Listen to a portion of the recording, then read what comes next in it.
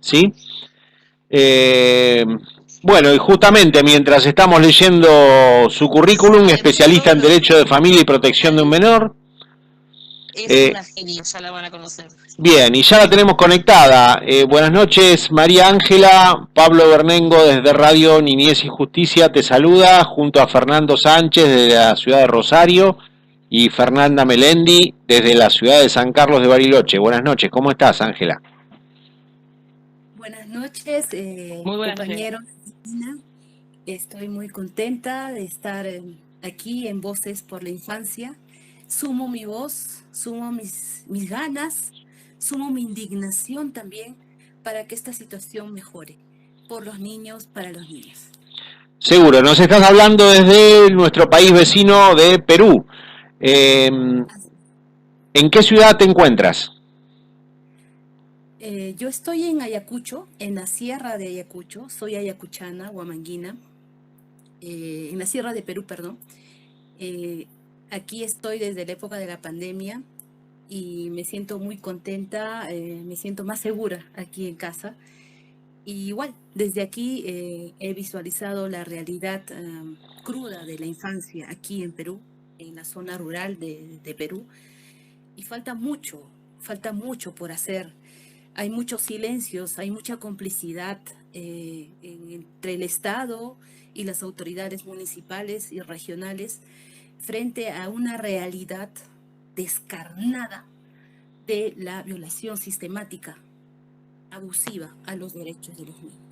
Se está lucrando mucho en nombre de los niños. Los lobbies están a flor de piel.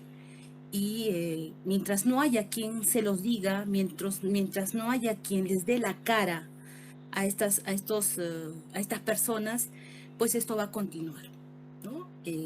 Así chiquito nomás les digo que hace poco se ha destapado por obra y gracia de WhatsApp una situación abusiva en un albergue en Lima, en la capital, ¿no? En la zona en la zona sierra de Lima, en Pachacamac, donde muchos niños gritaban y eran torturados, porque esa es la palabra, son torturados. Y el día siguiente apareció el benefactor, entre comillas, del albergue y dijo, acá no pasa nada, y lo dijo en un idioma brasilero, porque era brasilero el benefactor. Y luego salió el ministerio y dijo, deslindo responsabilidades, ese albergue lo vamos a fiscalizar, pero el ministerio no tiene nada que ver. Entonces yo digo, como que no tiene nada que ver. O sea, acá vienen, abren sus albergues, los torturan, reciben plata de afuera y aquí no pasa nada. Entonces, situaciones como esa, yo creo que en todo el Perú, en toda Latinoamérica, están pintando de negro los derechos de los niños. Hay una explotación de los chicos en todas sus índoles, ¿no? No solamente en lo que vos mencionás acá en este caso de albergue, que me imagino, no sé si acá en Argentina, albergue, hablamos de abuso sexual, ¿no? O estamos hablando de otras cosas. No, el albergue es una casa refugio. Una casa donde refugio hay ya. niños que no tienen padre ni madre, niños que están abandonados y son, entre comillas, tutelados y amparados por personas con asociaciones, personas que reciben dinero de afuera. Claro, igual que en Brasil. Igual que en Brasil. ¿Y esos niños están bajo la tutela de un juez? Es el INAVIF el encargado de darle una apariencia jurídica a este abandono, y es que es así que estas asociaciones los acogen, ¿no? Los acogen en su institución para brindarles comida, techo, educación. Bien, y estas instituciones reciben del Estado peruano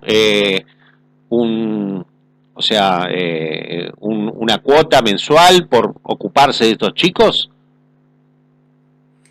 El ministerio deslindó, y eso lo publiqué en mi cuenta de Twitter, deslindó responsabilidad. Eso quiere decir que el ministerio no está fiscalizando, no está siguiendo los pasos para que se pueda dar la licencia, se pueda dar la resolución que aperture en nombre del Estado esos albergues, porque son niños del Perú. De por sí los niños están abandonados por sus padres. Imagínense abandonados por el Estado peruano. O sea, cuando el ministerio dice yo deslindo, ¿qué es eso? O sea, no son peruanos, no son niños que importan, no son niños que me interesan. Esa es ¿Y estos albergues cobran un subsidio mensual a través del Estado? No, ellos reciben dinero de afuera.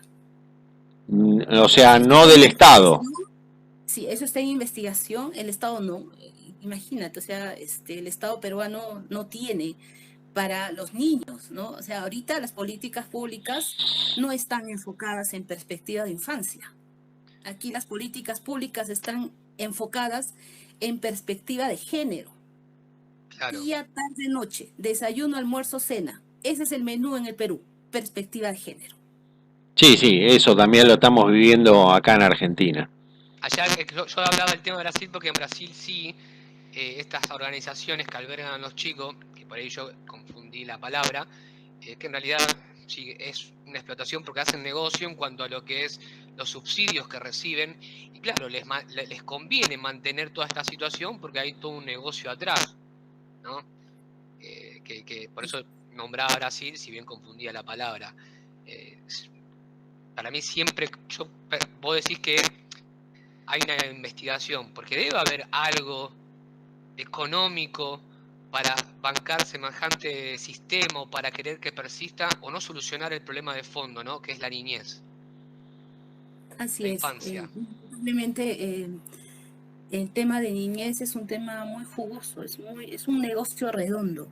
Es un negocio redondo. Y si son niños abandonados, niños que no tienen a dónde mirar, en el sentido de que no hay padre, no hay madre, no hay abuelos, son niños de la calle, niños que están en el limbo social.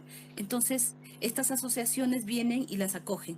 Así como hay estas asociaciones, hay otras que son muy buenas, regentadas en algunos espacios por jesuitas, que realmente encuentran el sentido humano a lo que significa recoger un niño de la calle. No está recogiendo basura, está recogiendo un ser humano que ha sido desechado por sus padres, por su familia. Y ese ser humano necesita volver a vincularse con su humanidad. ¿Y quién lo va a vincular? Un ser humano, con trato humano. Entonces, esa situación es la que realmente engloba un problema macro de la infancia. Y no creo que solo sea en Perú. Yo creo que esto está pintado, como vuelvo a decirlo, en negro en todo el mundo. Y mientras normalicemos, mientras volteemos la cara, por llegar 5 minutos a casa, yo no me voy a comprar el pleito que estoy viendo ahorita de estos albergues, yo necesito vivir, yo necesito hacer mi vida. Entonces, las personas en la sociedad también tenemos una cuota grande de responsabilidad en esto. Y estos vecinos, con el WhatsApp, lo único que hicieron fue grabar y lo viralizaron, y fue así que esto llegó. Pero y llegó y quedó ahí, ¿no? Porque ahorita están comentando, y vuelvo a decir, en el tema de minorías, en el tema de derechos de minorías se respeta, pero ahora están comentando una resolución judicial que admite, ¿no? Y ordena a la RENIEC que un niño sea inscrito con el apellido de una madre y su pareja mujer. ¿Ya? Esa es noticia, eso es portada en el Ministerio de la Mujer. El día de ayer se celebró el Día de las Uniones Lésbicas o algo así. Se respeta las minorías, se respeta las opciones, pero también es portado en el Ministerio de la Mujer. Entonces, ¿cuándo va a ser portada los derechos vulnerados de los niños? Las nuevas formas de violencia hacia la niñez, que no están en el código, no están en la Constitución del Perú, se mencionan en la Convención de los Derechos del Niño, pero que dicen, es una excepción. Eso no ocurre en todas las familias. Me refiero a la obstrucción del vínculo parental.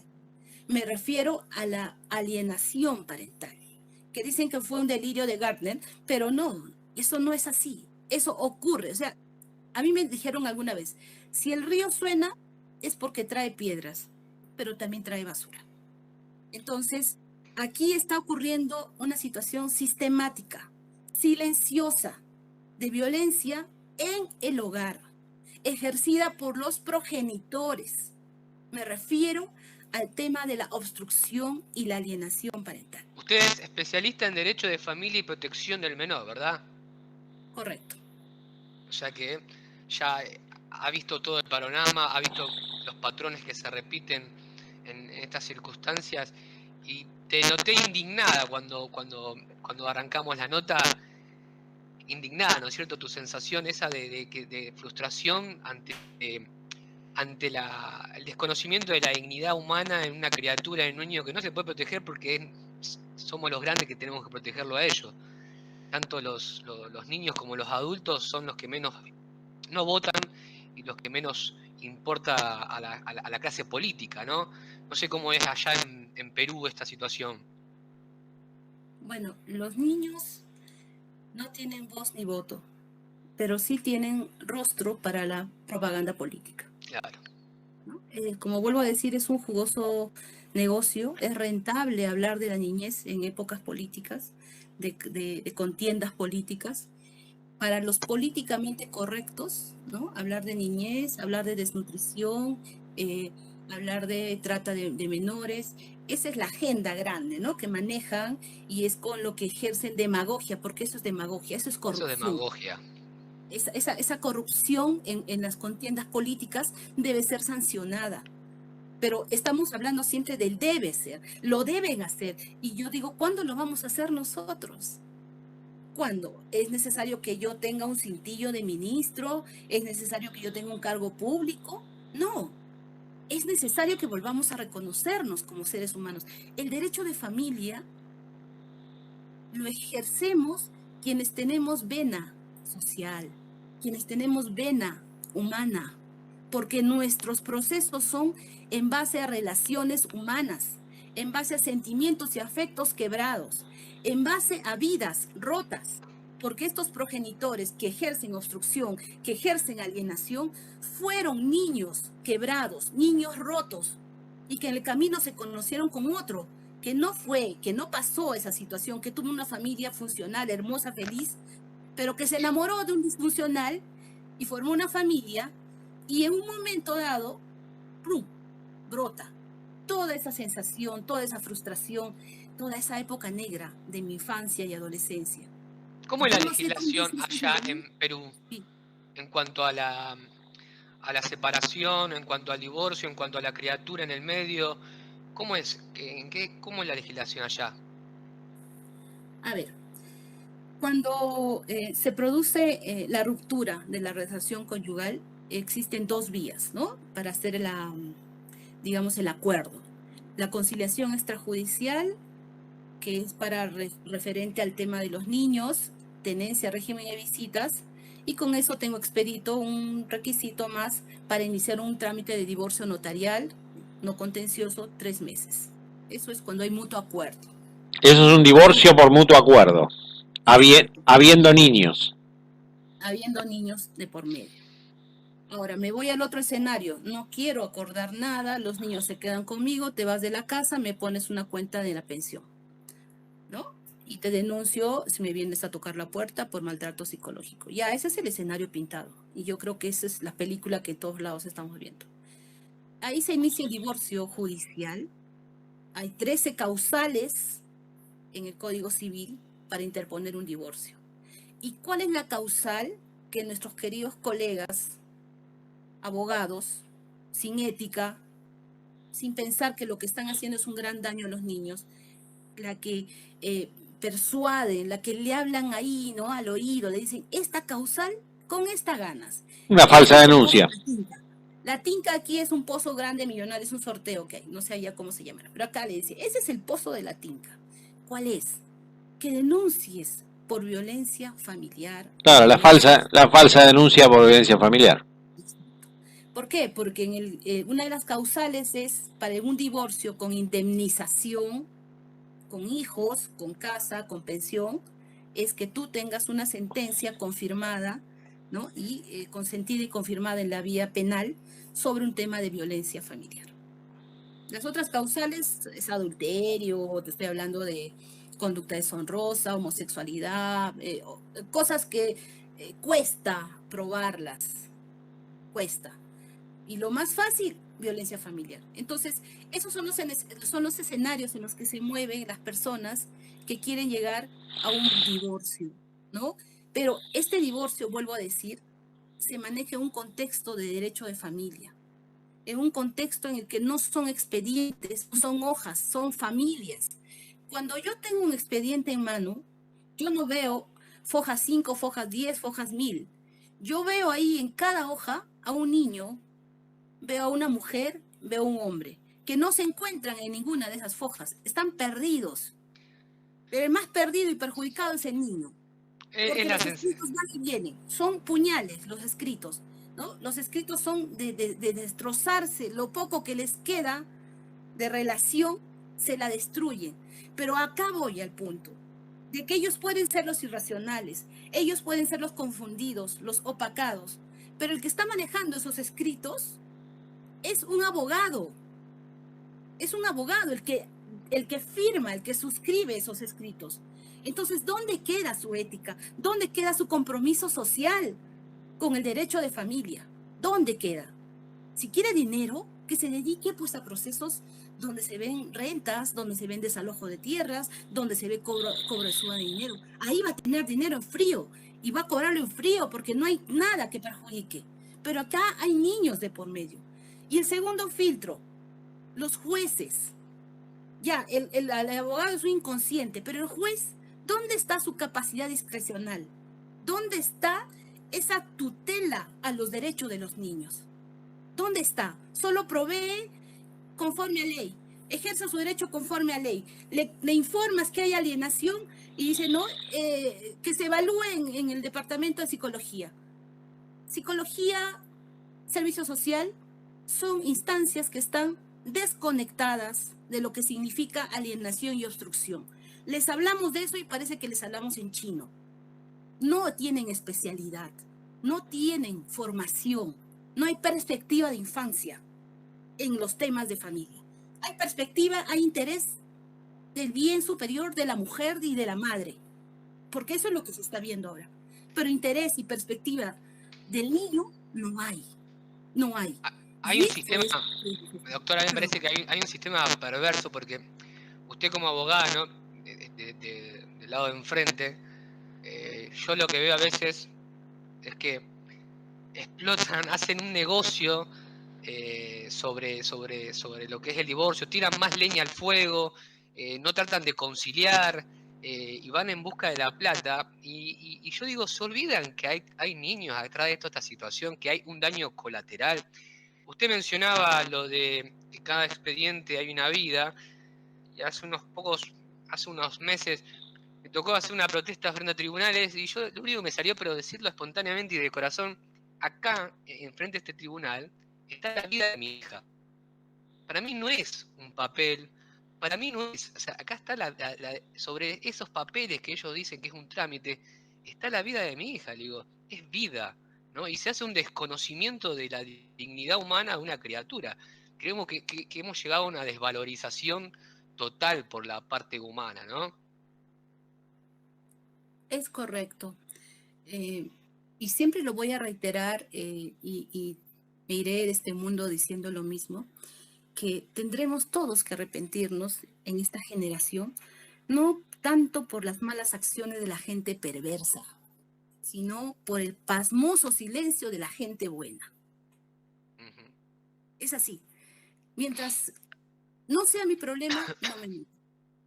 Pero es tu problema, porque ese niño va a crecer, va a formar parte de esa sociedad, va a llegar a ser parte del tráfico jurídico, llegar a ser abogado, ingeniero, funcionario, qué sé yo. Entonces, ese niño, ese adulto ahora, va a ejercer algo, va a formar algo totalmente bloqueado. Totalmente, es la falta de empatía. Es totalmente, o sea, el derecho, y se lo dije alguna vez a mi hija que ahora es abogada, el derecho es la profesión que humaniza más. El derecho es la profesión que te conecta más y directamente con el problema humano. Luego puedes ver tus honorarios, luego puedes ver los plazos, pero si tú no te conectas con el problema como ser humano, no lo vas a resolver. Acá en Rosario, acá en Lo Argentina, vas a traficar, pero no lo vas a resolver. acá en Argentina hay una frase que no sé si de Argentina, capaz que era, donde hay una necesidad, hay un derecho. ¿No es cierto? Humanamente hoy vemos que hay una necesidad, hay un conflicto. Y por ahí Y el la derecho pandemia, está, porque las leyes existen. Lo que pasa es que nadie la está cumpliendo. la pandemia nos ha dado ese mensaje. Para los que tenemos ojos y queremos ver, para los que tengamos oídos y queremos oír, nos ha dado un gran mensaje esta pandemia. Al margen de las muertes y las pérdidas, nos ha dejado un gran mensaje. Y yo no sé cómo salgamos después de este escenario, cuando se levante el telón y nos digan salgan, no sé cómo van a llegar muchos niños y adolescentes a revincularse con sus compañeros.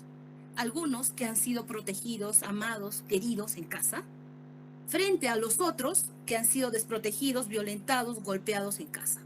Ese va a ser el escenario post pandemia de nuestra niñez. Y los profesores, los educadores, no están preparados para trabajar esta situación en el tema de salud mental, salud emocional. O sea, el Estado no invierte en eso, no invierte en sus recursos humanos. Una nación crece en base a su población, a su gente. No solo es dar de comer, también hay que dar tranquilidad, hay que dar leyes justas, hay que volver a sentir que somos parte de una familia. Así estemos separados. Eso se los digo a mis clientes. Tú te separas de Juana, pero nunca te vas a divorciar de la mamá Juana. Ella va a ser siempre la madre de tu hijo y tú y ella van a estar por los siglos de los siglos hasta que se mueran vinculados por su hijo. ¿Y qué les digo a las que me dicen, no, pero yo, a mí un abogado me ha dicho que tengo que denunciarlo por violencia psicológica porque me acuerdo que hace 3 años él me gritaba. Ya no me grita ahora, ¿no? Pero me acuerdo que me gritaba. Entonces yo le digo, bueno, tu recuerdo es válido, pero la acción que quieres hacer con este recuerdo ahora, tendenciosa, no la vas a hacer conmigo. Y ojo, tú lo que vas a hacer con esa acción tuya, válida, tu interés, es perjudicar la dignidad de tu hijo, porque a quien vas a enrostrarle es al desgraciado, al maldito, al sinvergüenza del padre. Esos calificativos quedan en la dignidad de tu hijo. Es hijo de un desgraciado, un maldito, un tal. Eso es lo que vas a hacer. Segundo, le vas a perjudicar su derecho al libre desarrollo que tiene él. Tercero, le vas a alterar su integridad psíquica, emocional y mental. Y por último, le vas a quitar su gran derecho natural a una vida familiar. Si estás preparada para enfrentar esos 4 cargos ante tu conciencia y ante la ley que como sea se adecua, anda pues. Anda y denuncia lo que te acordaste, inventa una falsa denuncia, inventa tocamientos indebidos, porque a quien le vas a hacer daño es a tu hijo. Lo que Cuando pasa él crezca y lea el expediente, va a ser el expediente de terror. hay una necesidad. Yo veo que hoy la gente está más preocupada por ser víctima que por solucionar el problema. Hoy se pondera, soy víctima, y a veces uno termina siendo víctima de uno mismo, porque bueno, creo que uno tiene que hacer media culpa de por qué llegan ciertas circunstancias y demás, y no somos tan víctima de la sociedad, a veces somos víctima de uno mismo, pero hoy se ha puesto en el escenario ser víctima, que tenés más aplauso, ¿entendés? Ser víctima que sos protagonista, ser víctima que ganás lástima, y realmente en el fondo no solucionás tu problema emocional, tu problema psíquico, porque creo que esto es el resultado de que vos volcás todas tus emociones sobre tus hijos, sobre tu ex marido, pero no solucionás nada del problema de fondo, que es por qué sos así, por qué reaccionás así, por qué generás un daño colateral querés dañar al padre, pero dañás al hijo, a la hija, y creo que es eso es una moda hoy ser víctima. A mí, y yo pienso que no se soluciona nada sintiéndose víctima uno mismo. Yo pienso que si uno busca soluciones, tiene que empezar a hacer mea culpa, examinarse y también hacerse cargo de ciertas cosas de lo que uno es y llegó a ser y por qué hoy tiene esta realidad. No sé qué piensan ustedes, pero... Yo pienso que los estados, porque todos han firmado la Convención sobre los Derechos del Niño, tienen que asumir su rol protagónico frente a la niñez. tienen que desjudicializar los procesos de tenencia, desjudicializar los procesos de régimen de visitas y alimentos. Exacto. Porque lo que están haciendo es condenar a los niños a vivir su infancia entre el psicosocial, entre el psiquiátrico, entre el médico legista, y su vida se la pasan en los juzgados y con la visión de que solo mi madre me protege, o en algunos casos mi padre, de que solo mi madre Además me que, a mí me pasó de chico, que bueno, permítanme compartir esto. Yo tuve una cámara Gesell, acá llamada cámara Gesell, ¿no? Y que tenía que hablar en contra de mi papá. Y fue ya la noche anterior sugestionado, me acosté sugestionado porque era terrible. Y yo tenía que hablar en contra de mi papá, mentir en contra de mi padre, ¿no? Y claro que eso generó traumas que uno va llevando. Y creo que a mí me pasa como papá, yo digo, por la otra parte o por las demás, digo, no miden las consecuencias, no miden el trauma, porque todo eso que uno se calla se llama trauma mañana. Y es terrible que hablamos hoy con un papá que un hijo ya tiene que pasar por una cámara Gesell, y es lo que usted dice, ¿no? La judicialización de la infancia. Y es inhumano, en mi opinión. Es totalmente inhumano, es perverso. Es la obra más perversa del sistema de justicia, cuando encima de dilatar los procesos tiene anomia, tiene poca sensibilidad con estos temas humanos. Yo no sé cómo la juez puede creer que un niño puede aguantar 3 años sin ver a su padre o a su madre, sin darle proveído una medida cautelar. Yo no sé si esa juez dormirá bien, pero de por sí el padre no duerme bien, porque se está tragando recuerdos, se está tragando cumpleaños, ¿no? Está tratando de hacer imaginariamente presencia en la vida de su hijo mediante meditación. Ya los papás, en su mayoría, porque este es el siglo de la venganza, así lo he denominado, porque el siglo pasado era la lucha del hombre, de la mujer para tener su posicionamiento, pero este siglo es el siglo de la venganza. Pareciera que se quieren vengar en los hombres lo que quedó de rezago en la guerra del siglo pasado, que yo no sé realmente dónde está la situación, porque particularmente yo no he vivido ningún tipo de discriminación, no me he sentido vulnerada, y eso que Ayacucho es una ciudad que ha sido muy, muy golpeada por el senderismo, por la violencia sociopolítica, por más de 10 años. María Ángela, bueno, a ver, cambiando un poco el panorama, yendo a la parte legal, en Perú, en los procesos de familia, ¿existe la mediación privada? No. No. ¿Sabes por qué te hago esta pregunta? Claro, ¿sabes por qué te hago esta pregunta? Porque, bueno, vos sabrás que una conductora, presentadora de televisión y abogada peruana, es muy conocida en toda Latinoamérica, la doctora Laura Bozzo, que ella, bueno, tiene un reality show justamente, y hacía un paralelismo con reality show de nuestro país, que justamente eran mediaciones privadas llevadas al reality show, ¿sí? O sea que el programa de esta conductora y abogada peruana no son en ese momento, o sea, en mediaciones, simplemente es un reality. Es correcto. Por sí, esa señora abogada también peruana está siendo buscada por Interpol, ¿no? Es la última noticia que tengo. Sí, pero sí, sé que tiene... tenemos ese sistema.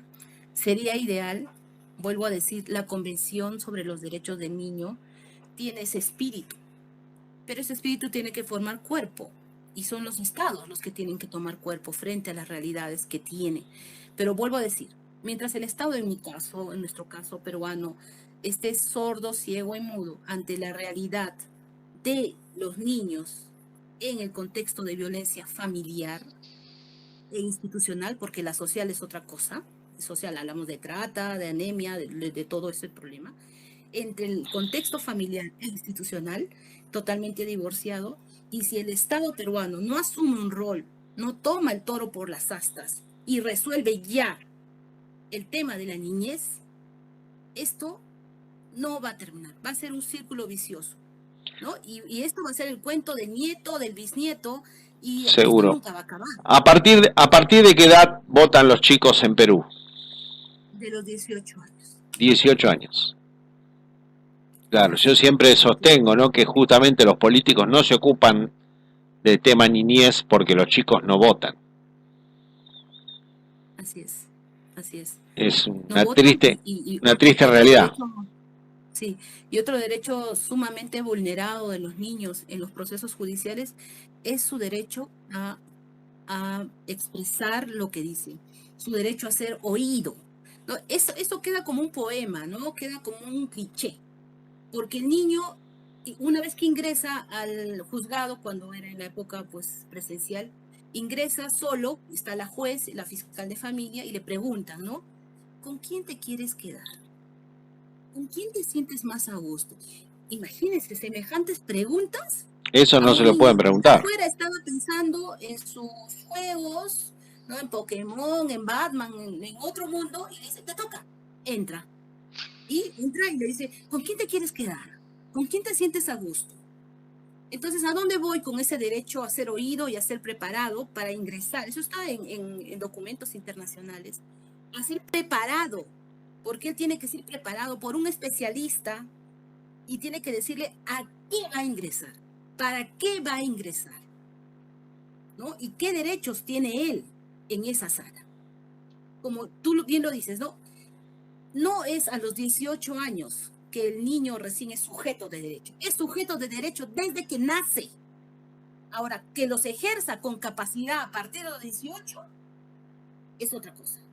Pero lamentablemente en ese lapso tiene un representante que es mayormente su madre, la que ejerce por él sus derechos.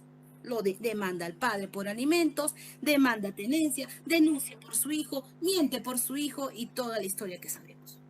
Entonces, voy a que el Estado peruano no está garantizando ni siquiera derechos constitucionales del niño, a ser oído, a ser preparado para ingresar a una audiencia. En el caso que acaba de comentar Fernando, él, imagino, como otros niños, ha ido a la Cámara Gesell de la mano de su madre para acusar a su padre o para decir algo, el guión preparado en contra de su padre. Entonces, esa alianza que hay en el ir en la mano, esa lealtad que existe, no se puede romper porque el niño tiene miedo. A esa edad, un niño tiene miedo, 2, 5, 10, 15 años, tiene miedo porque sabe que de la mano va a volver con ella a su casa. Y decir todo lo contrario en la Cámara Gesell, que lo que la noche anterior lo prepararon, significaría una situación tal vez de golpe, una situación de ignorarlo, de castigarlo o de no darle lo que él quiere, ¿no? Entonces, es una situación realmente muy preocupante porque dicen, no, eso está pasando en la esfera familiar y no nos podemos meter. Pero sí se puede meter con la currícula educativa, instando a que existan temas puntuales de perspectiva de género. Eso sí se puede meter, pero dice que vayan a solucionar el problema, la absorción, alienación, y no lo quieren hacer, ¿no? Eso es el ámbito privado, íntimo de la familia. No nos podemos meter ahí. Para eso está el papá y la mamá. Pero le están sacando la mugre al hijo, lo golpean, no lo dejan ver al padre.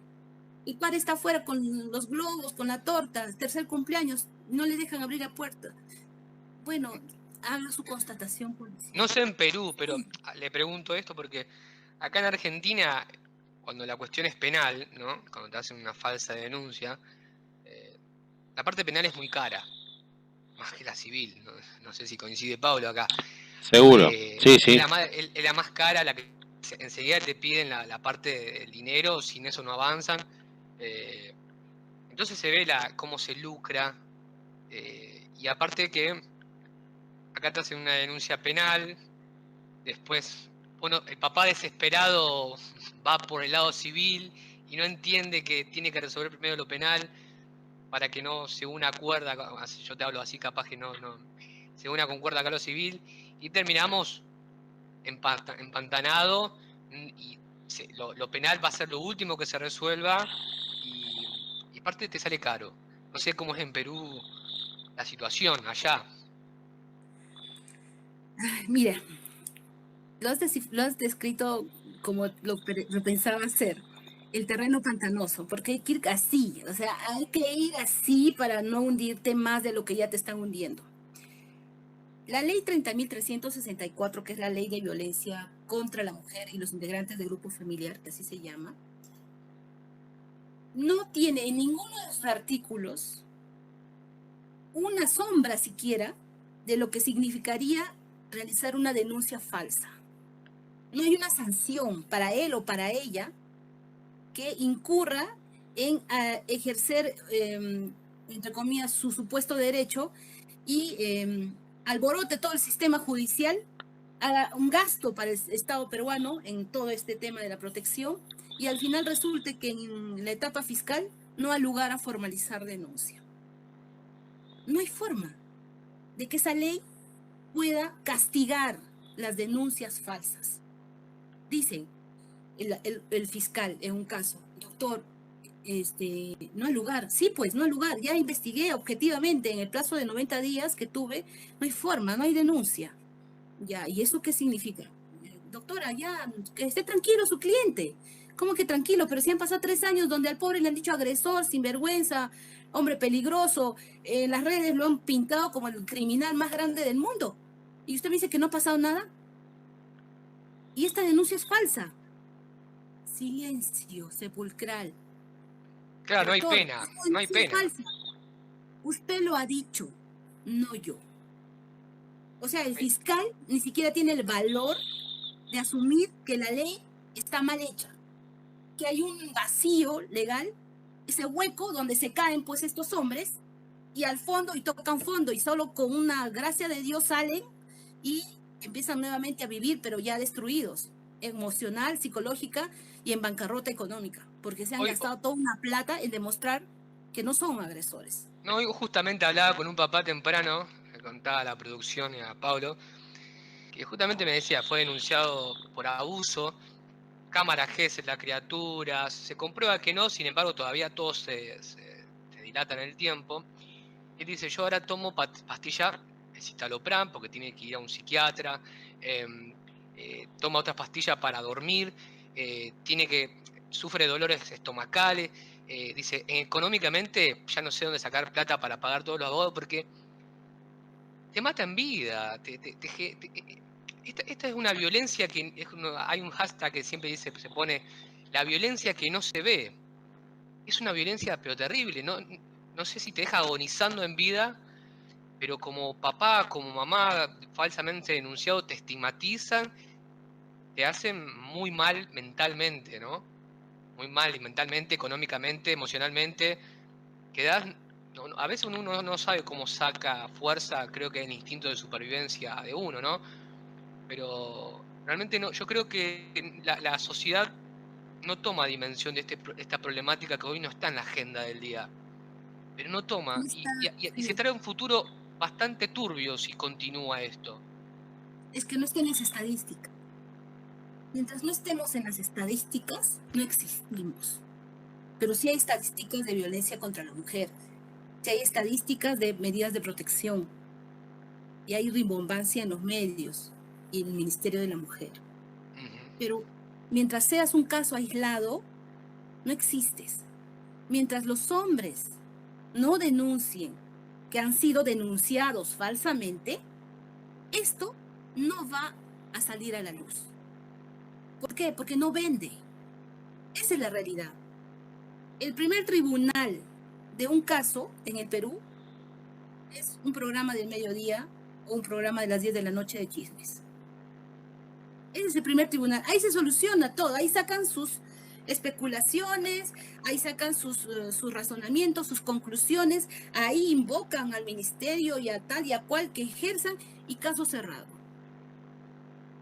Y ya luego pasa al fuero judicial, pero ya al hombre lo han destruido, al hombre lo han vilipendiado, han afectado su dignidad, su presunción de inocencia, ni qué decir, o sea, ya no existe. No existe algo tan fundamental como es la presunción de inocencia y universal. Exacto.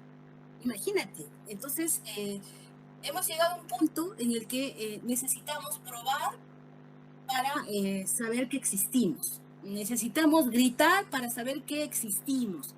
Entonces, no queda de otra.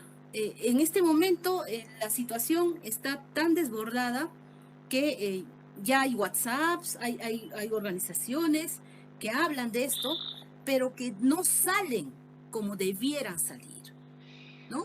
A mí me dicen, pero tú, ¿por qué defiendes a los hombres? Yo le digo, yo no defiendo a los hombres.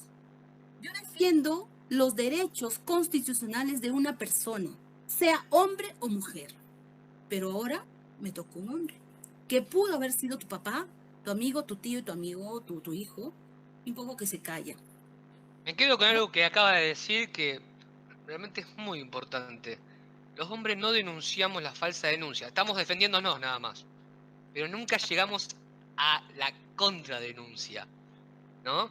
Y porque ya nos cuesta un montón defendernos, económicamente, emocionalmente, ya nos cuesta, es un lío tremendo, y nos cuesta mucho denunciar la falsa denuncia, después ir del otro lado. Sí, aquí en el Perú existe en el Código Penal la denuncia calumniosa, ¿no? Hay un trámite para eso. Pero esta denuncia calumniosa, vuelvo a decir, no tiene la configuración requerida para esta denuncia falsa en el tema de violencia familiar. ¿Por qué? Porque esta ley, la 36364 de la ley de violencia, es un copia y pega de la ley de España, está tan blindada, tan protegida, ¿no? Que es imposible llegar a denunciar por una falsa denuncia. La falsa denuncia ya ha salido de la desesperación de los papás, de los hombres. Ya ese es el cliché, el título que le han puesto, y los abogados también, al ver por aquí, por allá, buscar, no hay forma. Falsa denuncia, o sea, te sale del alma, ¿no? Falsa denuncia. Pero eso no está en la ley, no está en el reglamento. Y pobre de ti que contradigas eso, fiscal. Pobre de ti, juez de familia, que ya no es juez de familia, ahora es juez especializado en violencia. Pobre de ti, juez penal especializado en violencia, que digas eso en tu resolución. Solo di no al lugar. Y si apelan las medidas de protección, revócalas por un conflicto de pareja que se debe solucionar con terapia. ¿Y por qué eso no lo vieron en primera instancia? ¿Por qué? Porque la ley avanza rapidito. Las personas van a la comisaría, en 4 minutos te inventan una historia, eso se arma un expedientillo, se va al juzgado de familia y sin preguntarte, sin notificarte, ya tienes tus medidas de protección en contra. 300 metros alejado, no te comuniques. Y ahí la juez de familia, que es la que otorga las medidas, no se pregunta si ese hombre es padre, si hay niños de por medio en esta relación que se ha generado a través de una denuncia, sea psicológica. Yo hablo de estas denuncias perversas, creadas en el imaginario y promocionadas y patrocinadas por malos abogados. Hablo de esas denuncias.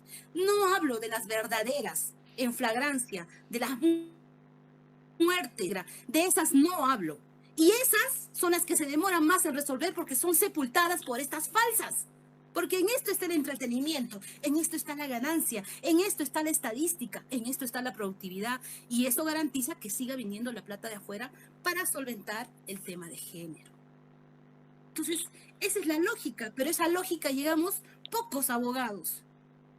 Y hay otros que no, se hacen los locos y dicen, no, esto no. Es una copia de lo que vivimos acá, María Ángela. Es una copia tal cual de lo que vivimos acá. La verdad que veo que este es un tema que atañe a toda Latinoamérica, ¿no? No es solamente de 1 o 2 países, porque no es la primera entrevista internacional que tenemos y, bueno, los problemas son exactamente los mismos. El ciclo exactamente igual.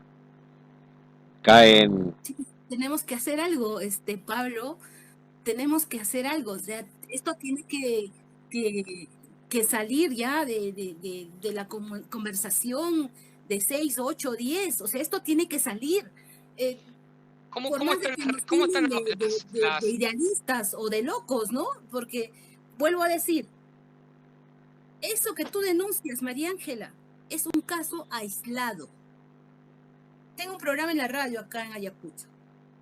Y 2 papás me llamaron, 2 hombres, pero por interno. Y me dicen, doctora, todo esto, ¿no? Yo le digo, ¿pero por qué no hablo en la radio? No, qué vergüenza. ¿Cómo voy a decir? ¿Cómo voy a contar? Y otro, no, es que me van a escuchar y al toque se van a averiguar mi nombre y la mamá de mi hija se va a averiguar que ya hablé en la radio y no me va a dejar ver a mi hija. Culturalmente el hombre tiene miedo, culturalmente, porque el hombre, yo noto mucho en las redes sociales que más nos apoyan las mujeres que los hombres. Y de hecho muchas mujeres que no están a favor de este movimiento extremo, ¿no? De falsa denuncia, pero culturalmente el hombre es cerrado y yo pienso que es tiempo de cambiar eso y se está empezando a ver. Yo no sé cómo están las organizaciones allá en Perú, acá hay muchas asociaciones que están levantando justamente la voz y la voz y la unión, ¿no? Para visibilizar esta problemática. Mira, veo organizaciones que persiguen fines sobre la tenencia compartida, la inclusión de la corresponsabilidad parental. Muy pocas organizaciones que vean el tema propio de denuncias falsas, que se organicen, que busquen estadísticas, que inviertan tiempo y dinero, porque así es. Al otro lado, solamente envían informes y ¡boom!, le vienen millones de dólares. Hay plata para solventar ese negocio. Pero nosotros, los simples mortales, solamente tenemos dignidad, tiempo y amor a la humanidad. Y eso creo que tiene mayor valor, sino que nos hemos minimizado, nos hemos reducido a nuestra mínima expresión y decimos, no, soy yo solo en el mundo, frente a ese monstruo. Entonces, no, mejor me quedo calladito, me conformo con mi régimen de visitas y con depositar cada 30 la pensión. Y soy feliz. Eso no es felicidad, eso es conformismo. Y le estás enseñando a tu hijo a ser conformista.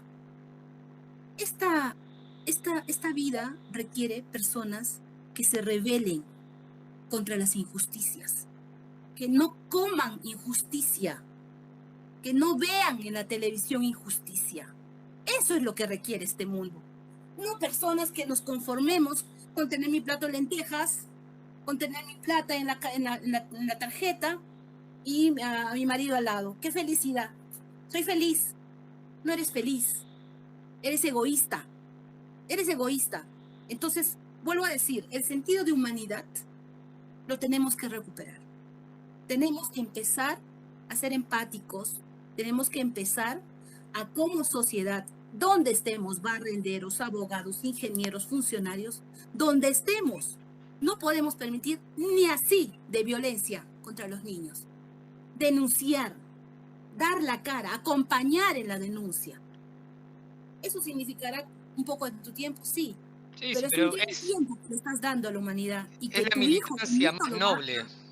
Es la militancia más noble que tenemos como personas. Yo me he dado cuenta que a lo largo, yo tengo 36 años, aunque no lo parezca, pero no, a lo largo de los años me he metido en cada cosa, sea equipo de fútbol, política y demás, y hoy me doy cuenta de que estoy ante la militancia y la pelea más noble, que es la vida de nuestros hijos y preservar la infancia de ellos, ¿no? La inocencia de ellos, porque después les toca crecer y ver un mundo que no es tan copado, decimos acá, y que el mundo te come, este sistema te come si vos no los preparás.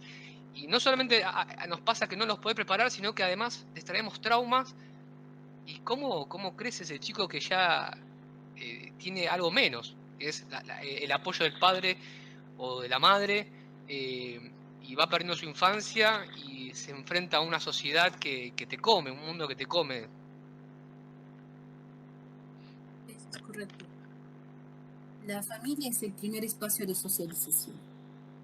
La familia hoy en día se quiebra porque ya no va el amor, porque se acabó el encanto, pero tienen que existir adultos responsables, tienen que existir adultos padres que comprendan que su misión no se acabó y se terminó con la firma y con el divorcio, sino que va más allá. Pero ¿eso qué implica? Eso implica educación.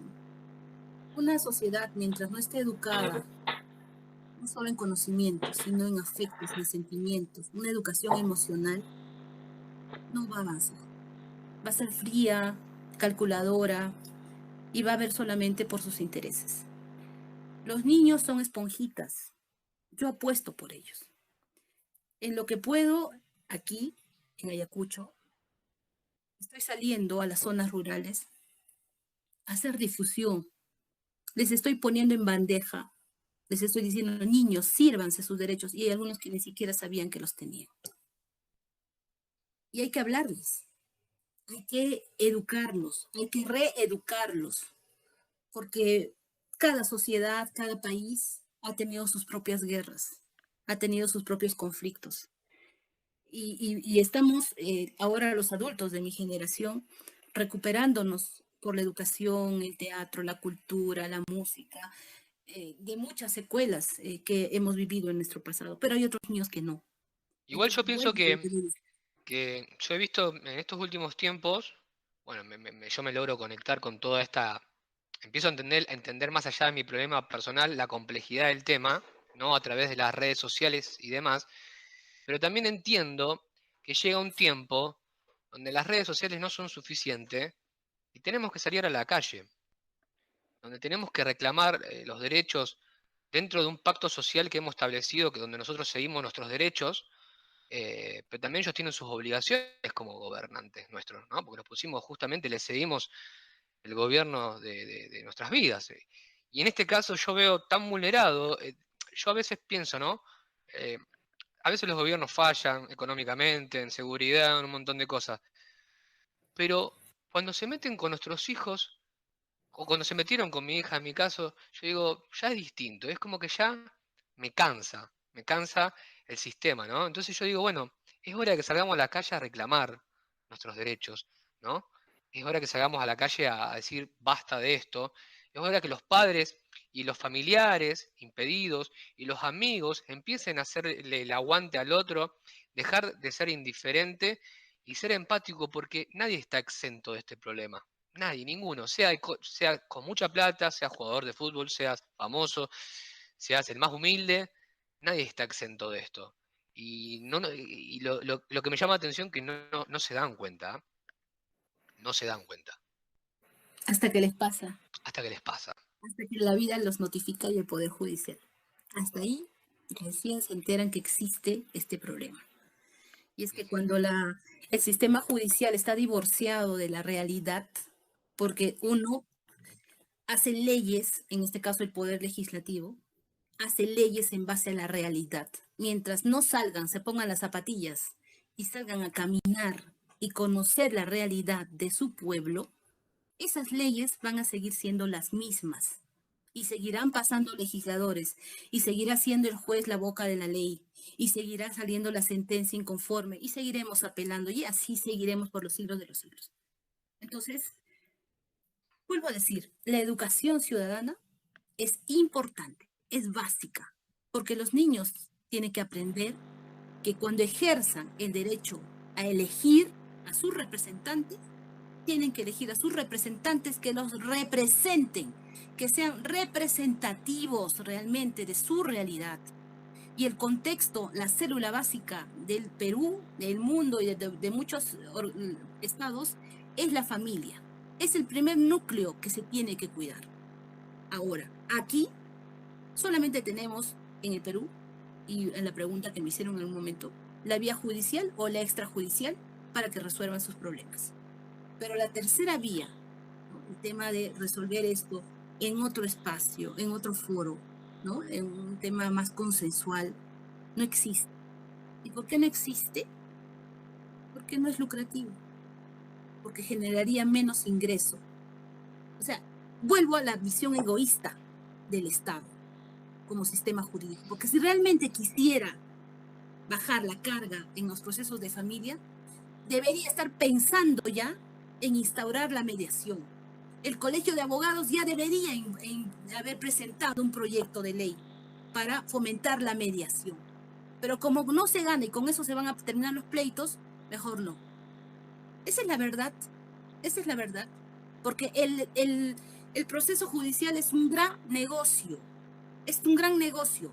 para los abogados, para los fiscales, para los jueces. Es un gran negocio. Y vuelvo a decir, quien se ha metido a familia pensando que acá se va a hacer millonario, va a construir su casa, bueno, qué pena, porque yo no sé cómo dormirás, ¿no? Cómo te sentirá la almohada en la noche, sabiendo que están retumbando en ti los llantos de muchos niños, los llantos de muchos hombres y mujeres que no pueden tener ese vínculo con sus hijos, o que están acusados falsamente por tocamientos indebidos, que es la nueva modalidad ahora. Es lo más perverso, es lo más asqueroso, enseñarle a tu hijo o a tu hija a decir que tu papá te tocó aquí, que tu mamá te tocó allá, y repite, y repite, y repite, y mañana tienes que decir lo mismo, porque si no, mamá se la van a llevar a la cárcel, porque si no, mamá le van a poner esposas y nunca más la vas a ver. ¿Eso quieres? Igual yo creo que una cosa, ¿no? Que los chicos no olvidamos y nos acordamos de todo. Siempre repito lo mismo, yo me acuerdo de cosas insólitas, le digo a mis padres a veces, le digo,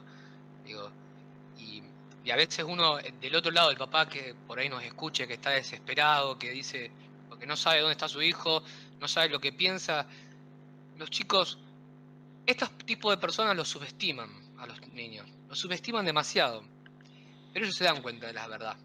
Yo creo que los niños se dan cuenta de la verdad, como yo era niño me puedo acordar un montón de cosas, tal vez me subestimaron, se equivocó mi mamá, yo siempre no la culpo porque, bueno, ya está, pasado, ¿no? Pero nos subestiman y entendemos más de lo que nos quieren decir ellos, ¿no? Es que eso es lo peor, porque los niños tienen un grado de conciencia y son tan puros en su corazón que saben discernir entre lo bueno y lo malo. Saben.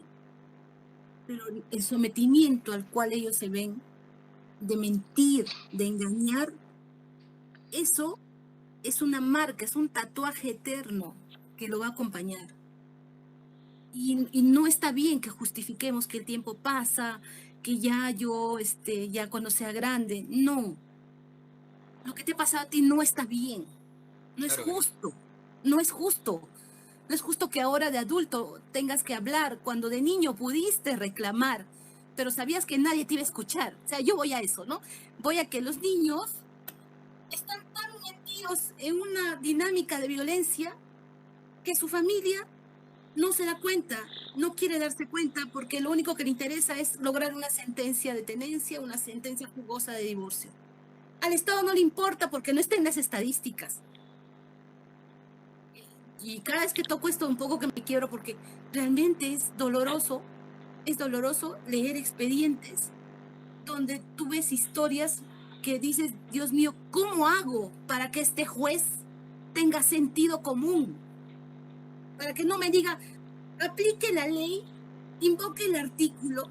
Estoy invocando el derecho del niño, pero él quiere que invoque un artículo que no existe, porque no hay un artículo de alienación, no hay un artículo de obstrucción, no hay un artículo de violencia mental, no hay. Hay una línea general de violencia mental que como abogada tengo que adecuar. Imagínense, tengo que adecuar el dolor de un niño a un artículo. A ese nivel hemos llegado de indolencia. Pero el Estado no se da cuenta. Pero sí, o sea, aquí vende otra cosa, pero no vende esto, ¿no? Entonces, la falta de humanización de la justicia, ¿no? La falta de humanización, que no sean un expediente, sino sean una persona. María Ángela, ¿y en el Perú existe una ley penal que penalice el impedimento de contacto? No. O sea que no es delito. No es un delito, no está tipificado, vuelvo a decir, es una realidad aislada. Por eso te digo, cuando tú lo cuentas de que eso existe, parece un trabalengua, obstrucción, alienación, sí existe. Y si cuando le desmenuzas y le das ejemplos, ya, sí escuché, sí vi. Pero en la normativa no existe, porque no está legislado. Esa realidad no está acogida en el Código de los Niños y Adolescentes, menos en la Constitución, no está. Entonces, hay algunos jueces que sí han señalado el tema como violencia violencia psicológica, el tema de la obstrucción. Pero igual, o sea, lo han señalado en el Tribunal Constitucional, inclusive en un expediente 32 de 2010, que dice, El derecho al libre desarrollo de la personalidad puede ser entendido como el derecho al libre desarrollo, garantizando una libertad general de actuación del ser humano en relación con cada esfera de desarrollo de la personalidad. Eso ha señalado una sentencia del tribunal frente a un caso de alienación. O sea, te das cuenta, o sea, hablas de alienación y te salen con un derecho, pero el desarrollo de ese argumento en la resolución no, ni siquiera tiene la intención de, como tribunal constitucional, de ejercer un liderazgo y ir al legislativo y decir, mire, he tenido como tribunal constitucional en el 2020 30 procesos en los que se han demandado alienación y obstrucción. Algo está ocurriendo aquí, pero no. Como son 30, no son nada, no existen. Claro. Cuando sean 30.000, 300.000, ahí recién hablamos. Ahí recién puedes tú venir tribunal y hacer esto un tema de ley. Igual, los congresistas llegan hablando de la niñez y todo por aquí, por allá, se ponen la cintita y todo, pero una vez que llegan y se empoderan de su sillón congresal, se olvidan. Porque están para la foto. Exacto, es un tema de la mina, es un tema del dinero, la inversión, el gas, todo, menos los niños. Y yo digo, ¿esa gente no tiene hijos? Y hay algunos que inclusive han sido denunciados por violencia, o sea, se les ha rebuscado y ya se ha encontrado que han sido denunciados por violencia familiar, y cuando se les ha preguntado, han dicho, no, eso ha sido un hecho que ya con mi esposa arreglé. O sea, conocen, han sido parte de esa dinámica, ¿no? Pero ahora, como están en otra situación política, entonces no les interesa resolver. No hay quien se tome la bandera como sí lo hacen con el tema del LGTBI, que vuelvo a decir, respeto su decisión, su espacio, pero esa fuerza, esa contundencia que hay para esas normas, para el respeto, la reivindicación a esa población, también se debería dar para los niños. Seguro. Porque no son el futuro, son el presente pisoteado, el presente vapuleado de la nación peruana. Eso es lo que son. Estamos lastimando a nuestros niños en sus derechos, al no dárselos, al no comunicárselos, al no concientizarlos. Eso es lo que estamos haciendo. Y no podemos, vuelvo a decir, ser cómplices, silenciosos. Por más de que nos tachen como nos tachen, por más de que nos manden mensajes anónimos, aquí se tienen que decir las cosas. Y la verdad duele, pues que les duela más porque la verdad es cruda. Los niños están siendo totalmente abandonados a su suerte, en el mismo hogar. Porque cuando la madre ejerce alienación, o cuando baja el internet, o cuando bloquea el celular, y dice a tu padre, no lo vas a ver este fin de semana, vuelvo a decir, estás atacando la dignidad de tu hijo, lo estás tratando como una cosa. ¿Crees que él no piensa, que él no siente, que él no le importa? Sí le importa, sí siente. No es una cosa, no es parte de tu cuerpo que tú puedes disponer qué hacer y qué no hacer con él. No es tu propiedad. Quieres posesionarte, anda pues a un terreno y construye lo que quieras ahí. Pero tu niño es un ser humano que merece respeto, dignidad, consideración, buen trato. ¿Es tan difícil? Entonces no tengas hijos. Es tan difícil, pero es fácil. Es un tema de que tiene que existir, un tema de concientizarse para ser padres. Ser padres no solamente es el tema del embarazo y qué lindo, es todo, desde el inicio. Y hay algunos papás que lo están haciendo muy bien. Quieren acompañar, es más, el proceso del embarazo, el proceso del posparto, pero no, desde ahí se les niega. Dicen, no lo vas a tener. Pero ¿Le puedo hacer una pregunta? De alimentos. ¿Le puedo hacer una pregunta, abogada? Sí. ¿Cuál es el nombre de su programa y las agrupaciones a la cual usted pertenece? Así las redes sociales, los oyentes puedan seguirla. Bueno, a ver, tengo una asociación civil que se denomina Mujer, Familia, Sociedad y Desarrollo, MUFACIT, constituida hace 4 años, 5 ya, inscrita en los registros públicos de Perú. En mérito de esta asociación es que recién este año estoy haciendo la dinámica en las redes, en 2 canales digitales, el Cafecito Bien Legal, que así se llama, un espacio que se transmite en una emisora que se llama Sin Mordaza, que me permiten, gracias, estar así, sin mordaza, porque hablo lo que se tiene que hablar. Y en otro espacio que se llama Protegiendo tus Derechos, que también se transmite en una radio local. Mañana lo voy a transmitir a las 12 en directo. Y es un poco más ya de proyección, un poco más de lo que su nombre significa, protegiendo tus derechos, ¿no? Porque alguien tiene que protegerlos, pero no significa que yo los siga protegiendo de por vida, sino que te voy a proteger a que conozcas bien tus derechos, sin tintes de Estado, sin tintes de ministerio.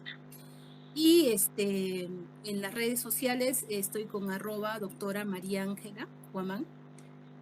También tengo el @asesoría en familia. Y en la página web de Mufacid, ¿no? Que es www.mufacid.org. No es ONG, es ORG, claro. Bueno, María Ángela, la verdad que fue un placer haberte tenido en el programa. Nos gustaría tener una regularidad, ¿no? Cada tanto tenerte y poder escuchar la realidad de lo que se está viviendo en nuestro querido Perú. Encantada, estamos a un clic. Yo encantada. Bueno. La verdad que muchas gracias, sí, porque la verdad uno te escucha y te escucha eufórica, ¿no? Como que lo que defendés, lo que sentís, ¿no? Y como, si bien estás en Perú, no se aleja mucho de la realidad de lo que está pasando acá en Argentina y en toda Latinoamérica, ¿verdad, Pablo? Seguro. Bueno, María Ángela, antes que te vayas, siempre lo que hacemos es una lectura del chat del canal. O sea, dentro del canal de YouTube tiene una sección que es el chat, donde los oyentes pueden escribirnos, pueden inclusive enviar consultas, preguntas. Y bueno, me voy a comenzar a leer los que hemos recibido durante esta charla. Nos escribe Alfredo Bravo Benavides: vamos, doctora María Ángela, no más hijos rehenes. Después nos escribe Patricia Capellino: situación que ocurre en este y muchos países. ¿Es tan evidente que no se puede terminar con eso? ¿En qué parte se habla de los hijos? ¿Se llama derecho de familia para quién? Es una visión parcial y segmentada de una problemática que afecta simplemente a los hijos siempre. Y por humanos más vulnerables y dependientes, los hijos. Bueno, nos escribe Leo Sánchez, nos dice hola. Gerson Herrera: no más hijos rehenes y huérfanos de padres vivos. Leo Sánchez nos dice: bueno, una consulta. Queridos, infancia sin maltrato, abrazos y consulta enviada. Gracias por estar. Después nos escribe Marino, que siempre es una fiel oyente que nos sigue en todos los programas. En mi caso, mi nieta tiene vulnerada la salud, la educación psicológica, hace 7 años y recién ahora el juez pide abogado del niño. Solo es dilatar y no resolver. Perdió su niñez esperando. Aprovechando esta consulta de Marino, ¿en el Perú existe la figura del abogado del niño?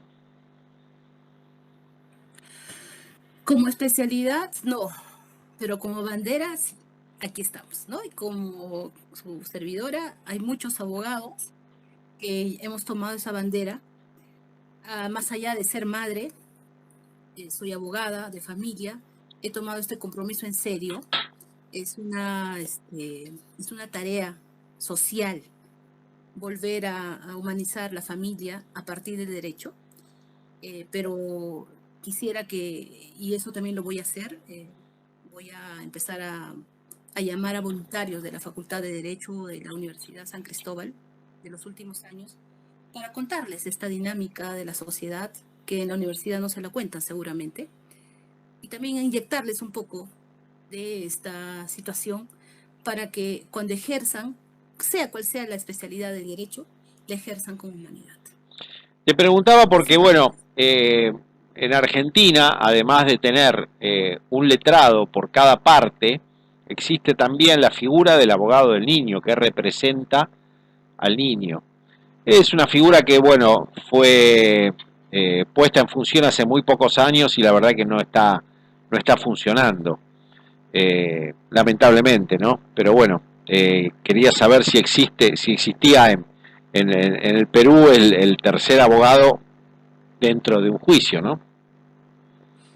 No, no existe, pero lo que sí les digo a las personas que me vienen a consultar algo en procesos de tenencia, alimentos, régimen de visitas, que es lo más regular, que lo que se va a defender en esos procesos son los derechos del niño a una pensión justa que cubra sus necesidades, a la sana relación con papá y mamá, ¿no? A un régimen de visitas que su nombre es tan perverso también, un régimen, parece un régimen carcelario, pero es un régimen de visitas. Sí, acá en la Argentina, a partir del 2015, cuando se modificó el Código Civil, le cambiaron el nombre justamente, porque bueno, no es una visita, ¿no? Se llama ahora régimen de comunicación. Exacto. Entonces, para terminar la idea, se les dice eso, y por último, se les recalca. Los procesos de tenencia no son de adultos, va de niños. Los procesos de régimen de visitas no es de adultos, va de niños. ¿Usted está de acuerdo? Vamos, pero mi defensa es en los derechos del niño. No es defenderla a usted ni atacarlo al otro, ¿no? Entonces, por eso digo, quienes manejamos el tema legal, quienes tenemos la preparación, el expertise, tenemos que ser responsables. Hay una responsabilidad social y debiera haber en los colegios de abogados, el Consejo de Ética debe activar la responsabilidad en el Consejo de Ética para esos abogados que ejercen mal la profesión, induciendo a error, induciendo las voluntades de sus patrocinados, señalándoles prácticamente leguleyadas, por así decirlo, ¿no? Transformando el espíritu de la ley para situaciones que van a perjudicar a niños. O sea, yo quisiera que eso es lo que los colegios de abogados en el Perú, los decanos, entiendan, que quienes ejercemos, quienes tenemos licencia para ejercer, no tenemos licencia para matar familias, no tenemos licencia para meter a hombres inocentes a la cárcel, no tenemos licencia para desplumar a hombres y convertirlos en billeteras. Eso quiero que se entienda. O sea, hay que hablar ya en el argot popular, sin tecnicismos. Seguro. Acá ya rebasó de tanta pomposidad en lo que veo en las redes, ¿no? Curso para esto, curso para el otro. Yo digo, ¿para qué tanto curso si adentro no hay una educación humana frente a la responsabilidad de ejercer el derecho como hombre o mujer de derecho? No hay responsabilidad. Yo creo que cuando se castigue ejemplarmente y se publicite en las redes, en la página del colegio, de cualquier colegio de abogados, la mala praxis de un abogado frente a estos temas de violencia familiar o las denuncias falsas o los temas de tenencia, yo creo que se la van a pensar 5, 6, 7 veces antes de patrocinar. Seguro. Bueno, nuevamente muchas gracias por haber participado, María Ángela. Te mandamos saludos desde aquí de Argentina. Y bueno, como te comenté, que nos gustaría tenerte regularmente en el programa, así nos vas contando cómo es la situación en el Perú en los casos de familia. Con el mayor gusto, sumamos voces, y voz es parte de la voz de ustedes. Gracias, un fuerte abrazo desde Perú y seguimos en contacto hasta que esto se suelte. Un fuerte abrazo para vos también. Gracias. Muchas gracias, María Ángela. Gracias, Abrazo. Chao, buenas noches.